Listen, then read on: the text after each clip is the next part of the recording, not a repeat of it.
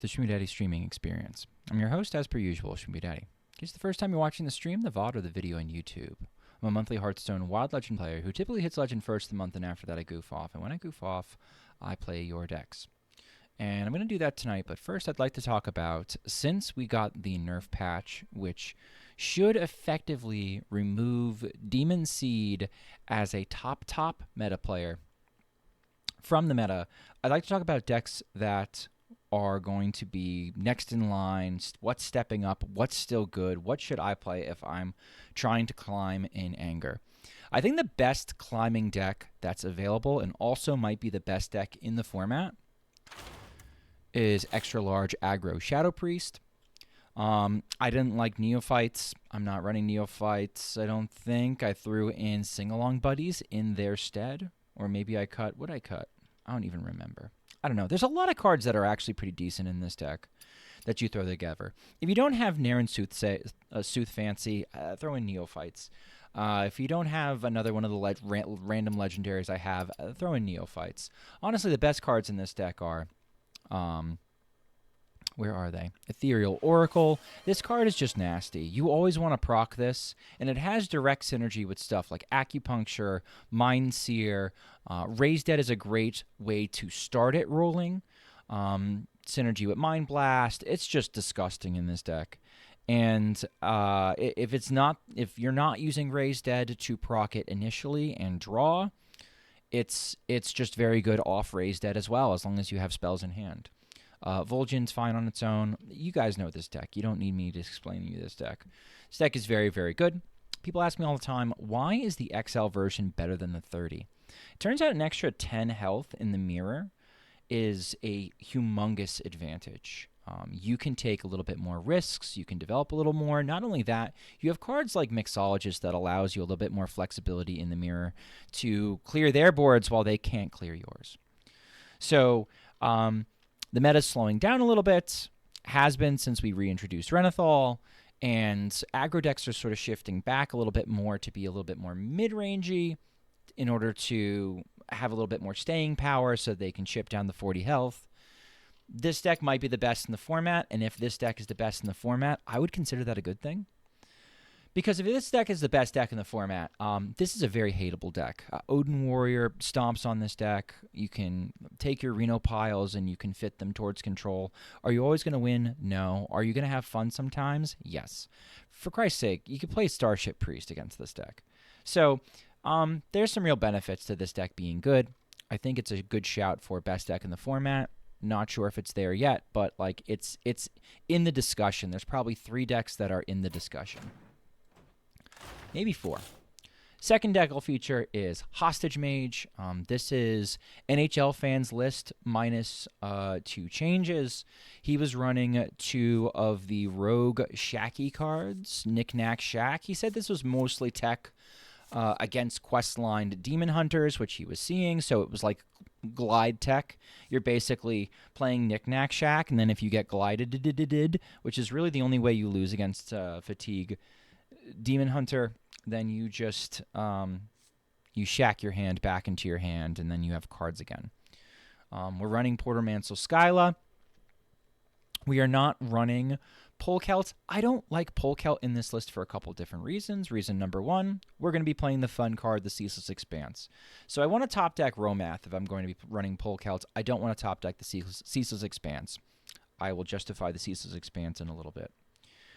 The other thing I don't like about Skyla in this list is I feel like if you do have an early Polkelt because you're looking for options, you want to get to Magister for a little bit of survivability, the minute you top deck her, it's not like you are an orb deck and you're discounting a huge spell with a tiny spell and thus she's giving you value. She's kind of a dead card in this list. She's a Giant Patches or a Renathal, and you're just sort of accepting her existence because she's allowing you to run disgusting stuff like Metal Detector and Robocaller. So I don't like having her in the Polkelt stack. I don't think she's very good. So I don't like Polkelt in this list. Bob is nuts. If you don't have Bob yet, unlock Bob. Bob is bananas. Bob is great as yet another example of Varden Dawngrass, but a little bit more expensive, but he's got a bigger butt. So he sticks around a little bit easier. And it's yet another thing that you can potion install with. Not only that, the fact that he can steal a key minion sometimes. Sometimes your opponent plays ETC. You haven't seen your ETC. Your ETC is hiding in your deck. You can steal your opponent's ETC, and you can start fetching the stuff from your ETC to get your Romath Infinite. He's really good. Ceaseless Expanse is mostly tech for the mirror. So in the mirror, I find two things happen. Thing number one, who can go infinite first? Thing number two, who has drawn more cards than the other person? If you're running Rats, if you're running Theatar, who can disrupt somebody better? I guess that's 3. And 4 is, if you can pop their block consistently and quickly before they can get a chain going where they can put it up consistently, it's good tech. Ceaseless expands to clear a board into Romath, which has already got Potion of Illusion loaded up in it, and a Light Show loaded up in it, means that you're going to get a 1/1 copy of the Ceaseless Expanse and Romath back in your hand. You play the 1/1 copy of Expanse, it clears your board, you play Romath. They bounce back to your hand. If your Romath is printing mana, this is an infinite combo, and you can always either slay the opponent or pop their block. It's cute to do. It's nice and handy. It's great for when you're playing against a board full of beefy dudes and you really want your Light Show to get through. It is a little APM-y. It is a little bit Ceaseless Expanse. The animation's a little bit, animation heavy. But, once the copies get back in your hand, you can do your thing. So this is kind of tech for the mirror, as NHL would explain it. It's not the worst card to have in the world. If you don't have this card or you don't want to play it, you don't have to include it. That's definitely part of the flex. Main deck Light Show is also a good shout. I see people running Devolving Missiles. I fucking hate Devolving Missiles in this list. I would not run it if you made me. But you could. Could you run a tutor for the Nagas? Yeah, sure. There's a lot of budget options that you can sort of slot into this, and this will still be very effective. I do like the Costume Singers to go get my secrets. Those feel really good. If you don't have, let's say, Mez Adun for splitting up the Sleet Skaters, what you could do is you could just chuck it entirely, and you can run where are the boys that go get your ice spells? Where are you? Where are you? Where are you? I should just type in Elemental, but, I'm already committed. There they are. Watercolor Artist is a great substitution there. It's nice because the discounts, again, persist. So you could get stuff down to 0 so that you could combo it later. Like Frost Nova, let's say, if you really need your ETC to stick. Could be pretty good. I consider this to be one of the best decks in the format now. I think it's going to be one of the best decks in the format with the disappearance of Demon Seed, which was a tricky matchup, not the best matchup. You can disrupt this. Reno Hunter might be good into this deck. So depending on the Hostage Mage population, you might want to consider Reno Hunter. But I like it. It's fun. I make a lot of videos on it. The deck that I think is going to be most popular, I would expect at High Legend, would be Reno HW Paladin, especially if it's a high population of Chinese players. They absolutely love this deck. This is the new Reno Priest. I've included my build. I don't know if it's perfect. It's what I would play. If you wanted to include Reno Lone Ranger in here in the Molten Giant slot, it's probably fine. I am running both Holy Wrath and the Uther combo, which is a lot of slots, but it's a giant slot pile. It's not bad. Bob is at home here. Bob loves this. Lumia is nuts against aggro. I also included, where are you? Oh, I didn't find room for, if you're going to cut the the Uther combo in Holy Wrath, you could add with the extra card slots, you could add Astalor, and I would probably do the Velen scam with Serenite Chain Gang and Velen, just because there are some decks that just, you put that up and they straight up can't beat it. Not only that, you have some synergy with that scam with Spirit of the Badlands, where you might get pieces occasionally. Wicker Flame Burn Bristle is not required. You could cut that easily. Vacation Planning's good. It's not core. Bob is core. Bob is one of the most nutty cards I think they've ever given control. personally. Me personally. One thing to keep in mind if you do the Velen scam, you are going to repeat Rooney's Battle Cry, which can be nice, but if you're a little worried about hand space, just be aware of that. Mostly what this deck does is it does Lorekeeper Polkelt into Holy Wrath for 100 damage. Like almost anything else that you fill in doesn't actually matter. The fact that you're running yellow cards is nice. Overplanner is really good at getting to that combo, but like that's what you're trying to set up ultimately. And if that's failing, or if that doesn't work, or if things are all scuffed, that's why I have the Uther combo. You can kind of get in and like mix and match what you want, which again I think is another reason why this deck is so popular amongst some of the high legend and the Chinese players, is because there is a lot of flexibility in here. These pieces are not all gospel. It's a pile. It's an effective pile. It works, but you have a lot of flexibility. These three, I think, are probably the best decks in the meta. They were before Demon Seed is nerfed. Now that Demon Seed is nerfed, I don't think... I mean, Reno Holy Wrath's a little sad to see it go. That was a very good matchup. Shadow Priest, that was a very good matchup. But these decks were good on their own. They didn't require the Demon Seed in order to make them kings. They were already kings before they got there. Big Shaman is Big Shaman. Big Shaman still very, very, very good, especially if you're seeing a lot of aggro. I'm not in love with Triangulate, but I think I'm going to just trust Doc Delight that I'll get Ancestor's Call more often than not, and that it's the nuts. I'm not going to say a lot about Big Shaman. Shifting to more stuff that's like more playable, I think Barnes Druid is still good. I haven't properly defended Cold Tooth Mine and Innervate in here. I was super skeptical when Oddlaw suggested those two cards in the list. And then he explained to me that Capture Cold Tooth Mine is really good for getting an ultimate infestation, or more often than not, getting the Innervate. If you don't start with the coin, having something that is a coin surrogate to start your Barnes turn is really, really good. So I really like the Innervate Cold Tooth Mine package.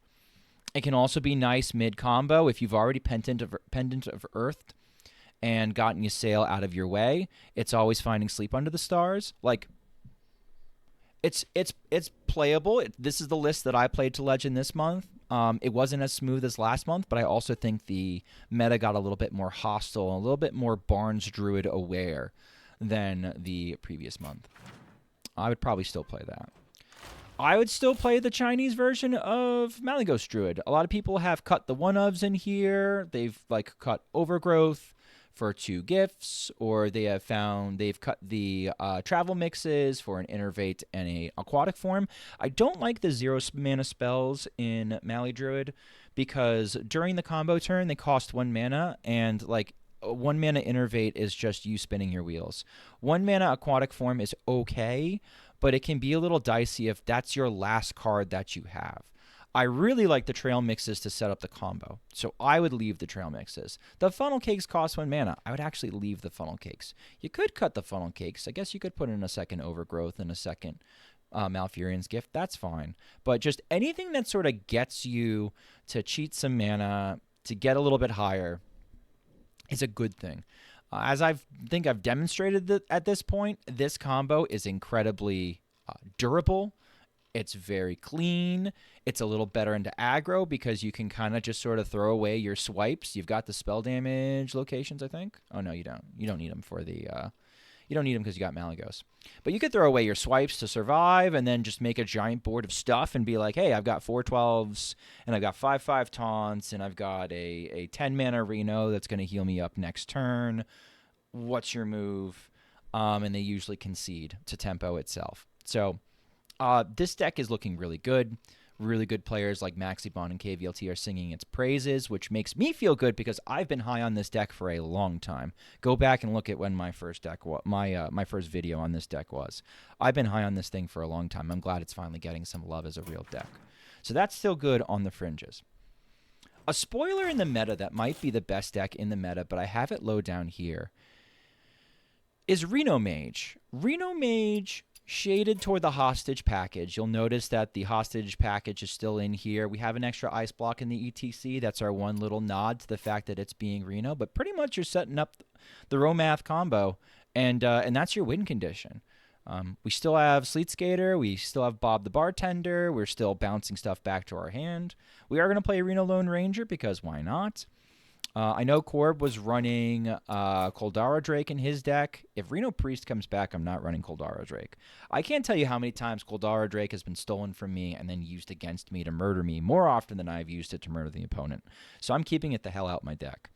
But, like, you know, there's a lot of yellow cards. There's a lot of fun pieces. We can use O Manager to get some coins, to generate some value. This sort of deck has a little bit more scam and is a little bit more, whereas it's the same sort of conversation I used to have with Secret Mage versus Reno Secret Mage.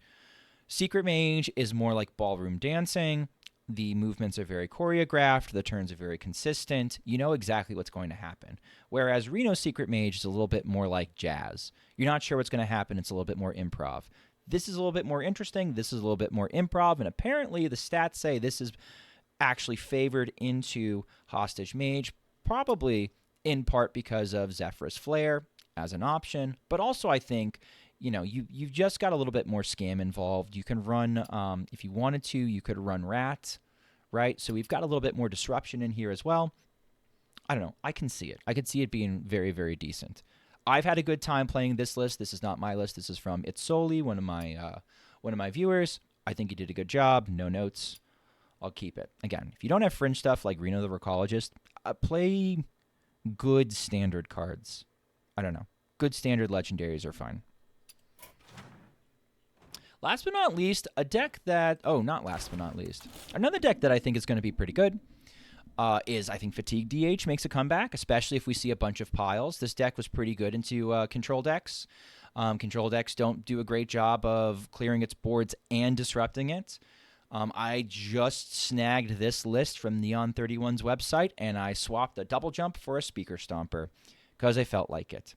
I like 2 glides because I think I'm going to see a lot of decks that I want to disrupt with glide. But if I don't, you can cut a glide. You can put in something else. You can put the double jump back in. Second one of these is flex. This is flex. I think there's a good argument for Consume Magic being flex, but Consume Magic's really, really good if you see a lot of Shadow Priest.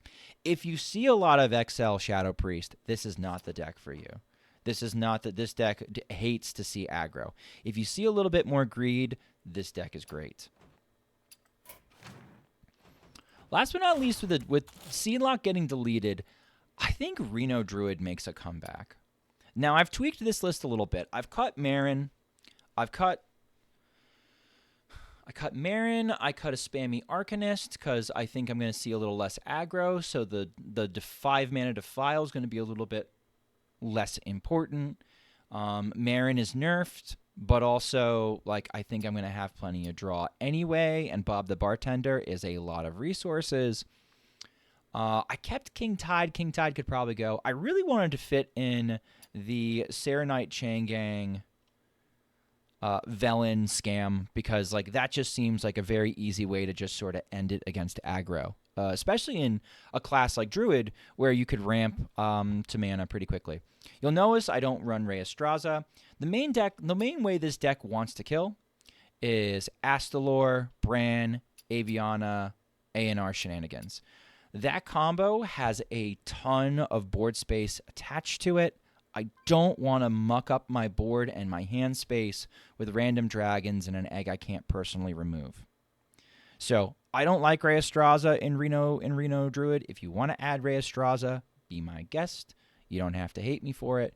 You could, like, cut something like King Tide, which is just I'm using it as a 4-mana Lotheb with some benefits because, you know, we run Sleep Under the Stars, we run Scale of Onyxia, we do run some spells that are a little bit more expensive, and we can get them out for cheaper.